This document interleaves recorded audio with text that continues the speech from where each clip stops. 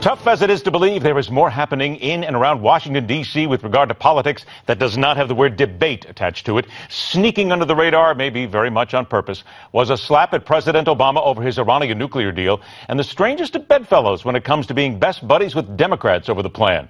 Let's dig in with the Newsmax chief Washington correspondent who has been witness to more political hyperbole than any man alive. Our own John Gizzi, joined by veteran political analyst and author of the new political novel, What Makes It Worthy? David Paul Kuhn joins us. Gentlemen, thanks so much for being here. And David, I'm going to get right to you on this one because Chuck Schumer says he opposes the president's deal on the Iranian nuclears. Okay, wait a minute. How much of a slap is this, in your opinion? And will it really make any difference when the vote comes down? It was a break in the Democratic firewall from a very significant senator. But I would say that it's not an accident that it came out last night during the Republican debate after Kirsten Gillibrand, another senator from New York, had announced her support. If you were going to be an outspoken Democrat who opposed this deal, you couldn't have done it in a more low-key way. And so I think it's almost a fait accompli that the Democratic firewall will probably still be large enough to support the president's veto. So, John, should Congress disapprove of the deal? John, is it possible that that actually Chuck Schumer can change minds, or is he setting himself up for something here just by getting on this side?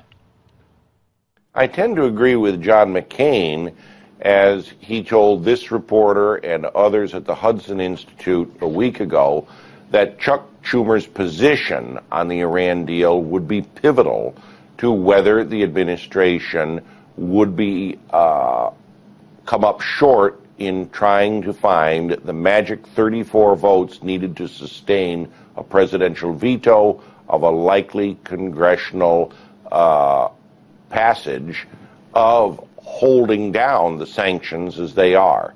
That said, with all due respect to Senator McCain and Senator Schumer, where are the votes going to come from?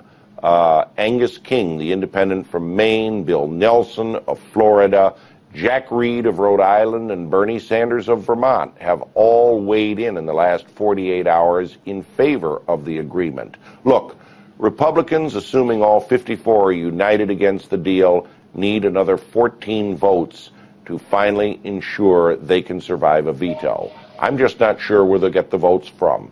So, David, Paul, let's go to something else on this. And this is China and Russia, now part of the P5+1 nations here, talking to the Democrats to try to get them to go ahead and push the deal forward. I don't know about you, but that just seems kind of odd when you hear the Chinese and the Russians are out there lobbying the Democrats. It's awkward. I mean, I also thought it was awkward when, suddenly the Israeli prime minister was mingled into domestic American politics with the speech before Congress. So, I mean, I think on the left and right, it's awkward, but it's more awkward, obviously, than when it's let's just not call them enemies, but an antagonist on the world stage, such as China and Russia, compared to an ally. So, I mean, I agree with you. The framing, the tone of it, the news itself, it doesn't sound right. Let's move on to something else here real quick. 2 minutes that we have left here. This came in Politico. And David Paul, to you first on this one. Republican committee chairman in the House and Senate talking about new probes into Hillary Clinton's tenure at the State Department. What do you think they're looking for? And what do you think they're really going to find? Is this going to be effective? Well, they're going to continue the investigations as long as they possibly can. And Hillary Clinton is certainly giving oxygen to these investigations with this email scandal. We will see if they find anything that can break through each party has its own echo chamber, and if they really need to get through to moderates, disengaged voters, they need this scandal to become more, and they certainly need the emails to reflect more upon her character in a negative sense. And if that happens, obviously it could hurt her candidacy. Right now, it has not. Look at everything just in case. A minute left. John Gizzi, back to you. Out of all the debates, and the two debates that we saw, Carly Fiorina still comes up as the one who everybody agrees made an impact in the JV debate. Do you think, though, it will push her forward at all, or is this just a wonderful, hi, thanks for coming, we see you?